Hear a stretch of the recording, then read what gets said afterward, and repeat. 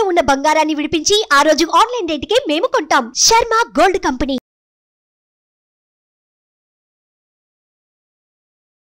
అందరికీ నమస్కారం. ముందుగా ప్రేక్షకులందరికీ క్రోధినామ సంవత్సర ఉగాది పండుగ శుభాకాంక్షలు. అయితే ఉగాది పండుగ అనగానే మనందరం కూడా ఈ సంవత్సరం మొత్తం మన రాశి ఫలాలు ఎలా ఉన్నాయి, ఈ సంవత్సరంలో మనకి ఆదాయం ఎంత ఉంది, వ్యయం ఎంత ఉంది, ఇవన్నీ కూడా డీటెయిల్డ్ గా తెలుసుకోవాలని చాలా ఇంట్రెస్ట్ గా వెయిట్ చేస్తూ ఉంటాం కదా. అయితే ఈ ఉగాది రాశి ఫలాలు మనకి డీటెయిల్డ్ గా ఇన్ఫర్మేషన్ ఇవ్వడం కోసం మనతో ఉన్నారు ప్రముఖ జ్యోతిష్య వాస్తు పండితులు, జ్యోతిష్య వాస్తు శిక్షణ నిపుణులు, ప్రముఖ ఆధ్యాత్మికవేత్త, లలిత ఉపాసకులు బ్రహ్మశ్రీ నానాజీ పట్నాయక్ గురువు గారు. మరి పూర్తి వివరాలు గురువుగారు వాటిలో అడిగి తెలుసుకుందాం. నమస్కారం గురుగారు. శ్రీమాత్రే నమః. గురుగారు, మరి ఈ క్రోధినామ సంవత్సరంలో వృశ్చిక రాశి వారికి ఆదాయము, వ్యయము, రాజపూజ్యం, అవమానం డీటెయిల్ గా వివరించండి గురువు. తప్పకుండా. ఇక్కడ వృశ్చికం వారికి చూసుకుంటే 8-14 ఉంది. అంటే ఒక 8 లక్షలు సంపాదిస్తే 14 లక్షలు ఖర్చు చూపిస్తుంది. మరి యాజ్ ఇట్ ఈజ్గా ఇది ఇట్లాగైనా మార్చుకోగలమా, మార్చుకోలేమా అంటే ఖచ్చితంగా మార్చుకోగలం. ఎందుకంటే జ్యోతిషాస్త్రం ఉండేదే మనం మార్చుకోవడానికి, ఏది యాజ్ ఇట్ ఈజ్ పని, ఏది ఎలా ఉందో అలాగే అనుభవించడానికి కాదు. అదే అనారోగ్యం వచ్చినప్పుడు మెడిసిన్ లాగా సేమ్ యాజ్ ఇట్ ఈజ్. మంచి ఉదాహరణ చెప్పారు. Same as it is. మనకి ఇప్పుడు రోగం వస్తుంది, అలాగే అనుభవించడానికి మెడికల్ శాస్త్రం కాదు కదా, అలాగే ఇది కూడా. అలా ఏంటంటే వీరు ఫైనాన్షియల్ గ్రోత్ పెరగాలి అంటే దత్తాత్రేయుని ఎక్కువగా ఆరాధించాలి. ఎందుకంటే ఇక్కడ మే వరకు 2వ స్థానాన్ని చూస్తున్నటువంటి గురువు, మేషంలో ఉండి చూస్తున్న గురువు వృశ్చికం వారికి సప్తమంలోకి వెళ్ళిపోతాడు. వెళ్ళిపోయినప్పుడు సెకండ్ హౌస్ మీద దృష్టి తగ్గుతుంది. మరి అప్పుడు ఏం చేయాలి అంటే కాస్త వీళ్ళు దత్తాత్రేయుడు ఆరాధన చేయడము, దిగంబర శ్రీ పాదవల్లభ దిగంబర, లేనట్లయితే నవవిద్రుమ బింబశ్రీ ఞక్కారి రథనచ్చదాయి నమః అనే నామస్మరణ ఖచ్చితంగా పనిచేస్తుంది వీరికి. అదేవిధంగా ఖర్చులు కూడా తగ్గాలి అంటే కాస్త తీపి చపాతీలు గోవుకు తినిపించడం, శుక్రవారాల పూట ఖర్చు అనేటువంటి తగ్గుతుంది. ఇక అవమానము, రాజ్యపూజ్యము, అవమానంగా చూసుకుంటే 4-5గా ఉంది. అంటే మెచ్చుకునే వాళ్ళ సంఖ్య 4 అయితే కాస్త స్ట్రెస్, అంటే వీళ్ళని అవమానించే వాళ్ళ సంఖ్య, ప్రతిదీ కూడా తప్పు పట్టే వాళ్ళ సంఖ్య 5గా ఉంది. ఓకే. అయితే ఇక్కడ గమనించుకున్నట్లయితే ఈ మెచ్చుకునే వాళ్ళ సంఖ్య ఎప్పుడైనా మనకు పెరగాలి అంటే సూర్య ఆరాధన, వృశ్చికం వారికి స్కందారాధన, సూర్య ఆరాధన మీరు ప్రాక్టికల్గా చూడొచ్చు. వీళ్ళు ఎంత సూర్య ఆరాధన చేస్తే వీళ్ళ రాజ్యపూజ్యం అంత పెరుగుతుంది. ఎందుకంటే రాజ్యాధిపతి రవి కాబట్టి. మరి అవమానించే వాళ్ళ సంఖ్య తగ్గాలి అంటే మనకి విష్ణు నమస్కారాలు, అంటే విష్ణు సహస్రనామాలు చదువుతూ విష్ణువుని నమస్కరించుకున్నట్లయితే, ఆ యొక్క వెంకటేశ్వర స్వామిని నమస్కరించుకున్నట్లయితే, విష్ణు సహస్రనామాలు చేస్తున్నట్లయితే ఖచ్చితంగా వీళ్ళకి అవమానం తగ్గుతుంది. ఇవి చేసుకున్నట్లయితే ఖచ్చితంగా మార్పు వస్తుంది. ఇక వృశ్చికం వారికి సహజంగానే ఈ సంవత్సరం ముఖ్యంగా మే లోపల ఏదైనా గవర్నమెంట్ జాబ్స్ కోసం ప్రయత్నం చేసినట్లయితే యోగం అనేటువంటిది పుష్కలంగా చూపిస్తుంది. మే లోపల గవర్నమెంట్ జాబ్స్కి, హైయర్ ఎడ్యుకేషన్స్కి కూడా చాలా బాగుందని చెప్పుకోవచ్చు. కాకపోతే వృశ్చికం వారికి 4వ స్థానంలో శని భగవానుడు ఉన్నాడు. అంటే అర్ధాష్టమ శని అంటూ ఉంటాం. ఇంకొక సంవత్సరం 2 నెలల వరకు ఉంటాడంటే ఈ క్రోధినామ సంవత్సరం అంతా కూడా ఉంటాడు. ఈ సమయంలో వీరు చేయవలసిన తీసుకోవాల్సిన జాగ్రత్తలు ఏమిటి అంటే, వీళ్ళు ఏదైనా ఒక ప్రాపర్టీ తీసుకునేటప్పుడు, కన్స్ట్రక్షన్ చేసేటప్పుడు, లేదా ఒక వాహనం తీసుకునేటప్పుడు, వాహనాలు నడిపేటప్పుడు కొంత జాగ్రత్తగా ఉండాలి. కాకపోతే 5వ స్థానంలో రాహు ఉన్నందుకు రాజకీయ నాయకులకు మంచిది వృశ్చికం వారికి చెప్పాలంటే. రాజకీయ నాయకులు చాలా మంచి ఫలితం ఇస్తుంది. అలాగే క్రియేటివ్ ఫీల్డ్లో ఉండేటువంటి వారికి, సినిమా ఫీల్డ్లో ఉండేటువంటి వారికి చాలా చాలా బాగుంటుంది. కానీ నార్మల్గా ఈ ఫీల్డ్స్ కాకుండా నార్మల్గా ఎక్కువ ఆలోచించే వారికి మాత్రం తీవ్రమైన ఆలోచనలు కూడా ఇస్తుంది 5వ రాహు అనేటువంటిది. ఆలోచన స్థానం ఎక్స్పాండబుల్ ప్లానెట్ కాబట్టి అదొకటి. అట్లాగే ఇంకోటి ఏంటంటే ఇక్కడ కొంచెం విదేశాలకి, సంతానాన్ని విదేశాలకు పంపించడానికి ఏర్పాటు కూడా ఇది పనికొస్తుందని చెప్పుకోవచ్చు. మరియు ఈ గురువు ఎప్పుడైతే రాశిని చూస్తాడో, వృశ్చిక రాశిని చూస్తున్నప్పుడు ఏమవుతుందంటే ఆత్మవిశ్వాసాన్ని పెంచేటువంటి ప్లానటరీ పొజిషన్స్ పెరుగుతున్నాయి. కాకపోతే లాభాల స్థానంలో కేతు ఉన్నందుకు, లాభస్థానంలో రాహు కానీ కేతు కానీ పాపగ్రహాలు ఉంటే మంచిదే. కాకపోతే బుధ స్థానంలో ఉన్నాడు కాబట్టి ఈ లాభాలు సంపాదించుకునేటువంటి క్రమంలో, ఏదైనా వ్యాపారంలో లాభాలు సంపాదించాలనే దాంట్లో కొంచెం డిఫరెంట్ టెక్నిక్స్ వాడడము, అందులోనే అప్పుడే కొంచెం స్ట్రెస్గా అనిపించడం, అప్పుడే అద్భుతమైన లాభాలు చూడడం కూడా వీళ్ళు చూస్తారు.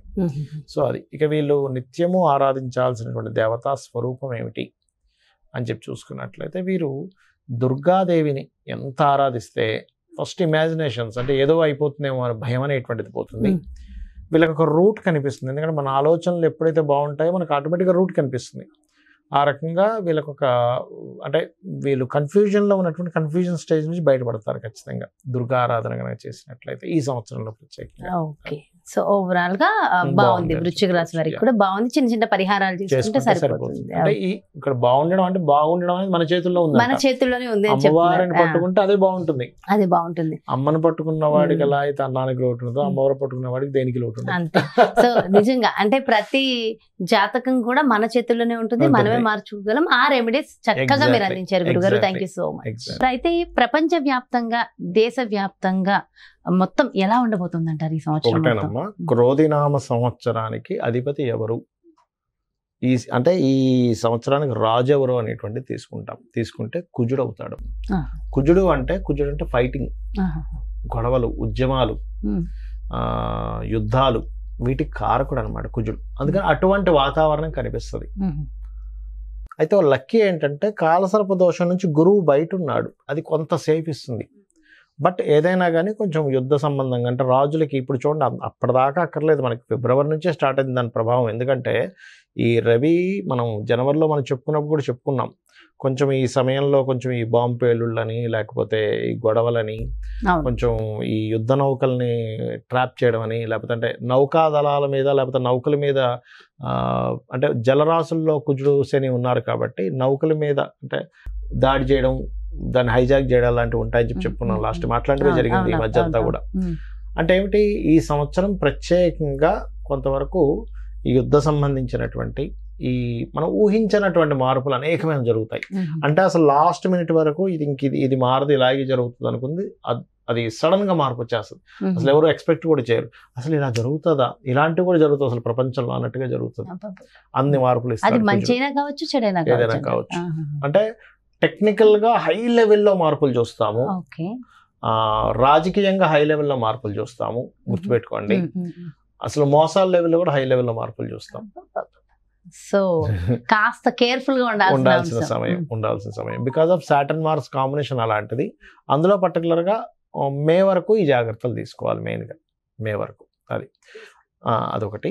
ఇక మిగతా అంశాలు కనుక చూసుకుంటే గనక అంటే వీళ్ళు మరి ఇప్పుడు ఈ యుద్ధ సంబంధించిన ఇవన్నీ అనుకున్నాం కదా, మరి రకరకాల దేశాల్లో మన ఇండియన్స్ ఉంటారు, అందరూ కూడా మనుషులే కాబట్టి వీళ్ళెవరూ కూడా ఇబ్బంది పడకుండా ఉండాలి అంటే ఒకటే గుర్తుపెట్టుకోండి, కాలభైరవ అష్టకము, కాళికాదేవి యొక్క స్తోత్రాలు, కాలభైరవ అష్టకం కానీ, నృసింహస్వామి యొక్క స్తోత్ర పఠనం చేయడం కానీ, ఆంజనేయ స్వామి యొక్క ఆరాధన చేయడం కానీ, ఇవి గనక చేయగలిగితే, లేదా మీకు దగ్గరలో గోశాల ఉంది, గోవులకు కాస్త బెల్లము, అదేవిధంగా నువ్వులు కాదు సారీ బెల్లము మరియు క్యారెట్లు, నువ్వులు తినిపించకూడదు, పొరపాటు నువ్వులు అన్నాను, నువ్వులు అస్సలు తినిపించకూడదు, బెల్లము క్యారెట్స్ తినిపించాలి. నువ్వులు దానం మాత్రమే ఇవ్వాలి. చాలామంది అంటుంటారు ఏమంటే నువ్వులు మేము తినిపించాలా అని అడుగుతూ ఉంటారు, ఏది పురోహితుడు తీసుకోవట్లేదని. ఎందుకంటే అమ్మ అది ఏదైనా మనకి ప్రెగ్నెన్సీతో ఉందనుకోండి, దాని ప్రెగ్నెన్సీ ఇచ్చినవ్వడం వల్ల మరింత దోషం ఏర్పడుతుంది. కాబట్టి ఇది జాగ్రత్త తీసుకోవాలి. సో కాబట్టి ఈ జాగ్రత్తలు తీసుకుంటే సరిపోతుంది. ఇదంతా ఓవరాల్ గా సామూహికంగా కూడా చేయడం వల్ల ప్రపంచానికి ఇంకొంచెం మంచి జరుగుతుంది కదా గురుగారు. ఇవే కాకుండా ఇంకేమైనా జాగ్రత్తలు తీసుకోవాల్సిన అవసరం ఉంటుందంటారా? జాగ్రత్తలు అంటే ఏం లేదమ్మా, ఒకటి గుర్తుపెట్టుకోండి, నేను చెప్పేది ఒకటే, మనకి ఎప్పుడైనా సరే గ్రహస్థితిలో ఎలాగున్నా, అంటే మన జాతకం ఎలా ఉంది, వాస్తు ఎలా ఉంది, ఇవన్నీ ఎలాగున్నా నేను చెప్పేది ఒకటే, అమ్మవారిని గనక మనం ఆశ్రయించినట్లయితే ఇవన్నీ కూడా పక్కకు పోతాయి. అయితే మరి ఈ శాస్త్రం ఎందుకు ఇచ్చింది అమ్మవారు? ఈశ్వరుడే స్వయంగా కూడా జ్యోతిష్ శాస్త్రాన్ని ఇచ్చాడు కదా, మనం చెప్పుకుంటూ ఉంటాం కొన్ని వాటిల్లో మహర్షుల ద్వారా మనకు అందించాడని. మరి ఆ పరమేశ్వరుడు ఎందుకు అందించాడంటే మనకు ఒక జాగ్రత్త చూసుకోవడానికి, ఒక రూట్ మ్యాప్ లాగా మనం ఒక తయారు చేసుకుంటున్నాం. ఏది ఏ రూట్లో ఎక్కడ ట్రాఫిక్ ఉంది, ఎక్కడ ఏది ఉంది అన్ని తెలుసుకుని దాన్ని బట్టి వెళ్తున్నాం కదా. అలాగే మనకు భగవంతుడే ఈ యొక్క జ్యోతిష్ శాస్త్రాన్ని అందించాడు. దీనివల్ల ఏమిటి, మనం మన జన్మజాతకం కూడా చూసుకోవాలి. అంటే మన జన్మజాతకంలో లగ్నబలం ఎలా ఉంది, ధనం ఏ మార్గంలో వెళ్తే మనకు ధనం సంపాదిస్తాము, ఏ రకంగా ప్రయత్నిస్తే మన ప్రయత్నాలు సఫలీకృతం అవుతాయి, ఏ దిశలో ఉంటే మనకి బాగుంటుంది, సంతాన అభివృద్ధి ఎందుకు అవ్వట్లేదు, వివాహం ఎందుకు అవ్వట్లేదు, మన జన్మజాతకంలో ఉంటుంది. అంటే ఏ సమయంలో వివాహం చేసుకుంటే బాగుంటుంది, అదేవిధంగా మనకి ఏ వృత్తుల్లో బాగుంటుంది, ఏ వ్యాపారాల్లో బాగుంటుంది, ఎందులో ఎప్పుడు ఇన్వెస్ట్మెంట్ చేస్తే మంచిది, ఎప్పుడు ఇన్వెస్ట్మెంట్ చేయకూడదు అనేటువంటి అన్ని విషయాలు ఉంటాయి. మీకు అనిపిస్తుంది మరి ఇవి అన్నీ మన జన్మజాతకంలో ఉంటాయి. మనం మరి ఈ గోచార ఫలితాలు ఇవన్నీ ఎందుకు చెప్పుకుంటున్నాం అంటే ఒకటే గుర్తుపెట్టుకోండమ్మా, ఇప్పుడు మీరు షూటింగ్కి వచ్చారు కదా, నార్మల్గా మీ ఇంటి నుంచి ఇక్కడ 40 నిమిషాలు అనుకోండి కార్లో రావడానికి. అదే ట్రాఫిక్ జామ్ అయితే కదా. అంటే ఏమిటి, గంటలోనో 40 నిమిషాల్లోనో వస్తాననేది మీరు ఏం చెప్తారు, గంటన్నర పడుతుందండి అంటారు. అంటే మీ కారు మీరు మీ డ్రైవర్ కానివ్వండి, మీరు ఓన్గా డ్రైవ్ చేసుకున్నా మీ కారు అదే రోడ్ అయినా కూడా మరి ట్రాఫిక్ ఉన్నప్పుడు ఏమో ఎక్కువ టైం పడుతుంది, ట్రాఫిక్ లేనప్పుడు హాఫ్ అన్ అవర్లో రాగలుగుతున్నారు. అంటే దాని అర్థం ఏమిటి, సమయం బయట ఉండే వాతావరణం కూడా మనకు సహకరిస్తేనే మనం సమయానికి వెళ్ళగలం.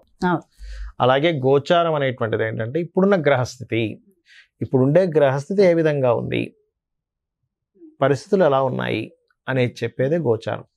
సో ఈ సంవత్సరం ఈ విషయాలు ఇలా ఉంది కాబట్టి నువ్వు ఈ రెమెడీ చేసుకో, నీ జన్మజాతకం కూడా చూసుకో, ఈ రెండు కలుపుకో. ఇవన్నీ పండితులు ఉన్నదే అందుకు. ఇంకోటి ఏంటి, నేను ఒకటే చెప్తా, నా జాతకం ఎలా ఉంది, నా దశ ఎలా ఉంది, పాడైపోయింది ఏం పెట్టుకోకండి, అమ్మవారిని నమ్ముకోండి. అమ్మవారి అంతా దారి చూపిస్తుంది మనకి. ఎలా ఉన్నా జాతకం ఎలా ఉన్నా అమ్మవారు చూపిస్తుంది. అమ్మని చేయి పట్టుకుంటే తిండి కొదవ ఎలా ఉండదో, అమ్మవారిని పట్టుకుంటే వాడికి దేనికి కొదవ ఉండదు.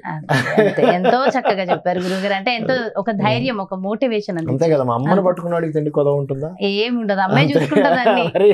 అలాంటిది అమ్మవారిని పట్టుకుంటే దేనికి కొదవ ఉంటుంది చెప్పండి. ఎంతో చక్కగా, ఎంతో చక్కటి స్థైర్యాన్ని అందించారు. థ్యాంక్ యూ సో మచ్ గురువు గారు. నమస్కారం. శ్రీమాత్రే నమః.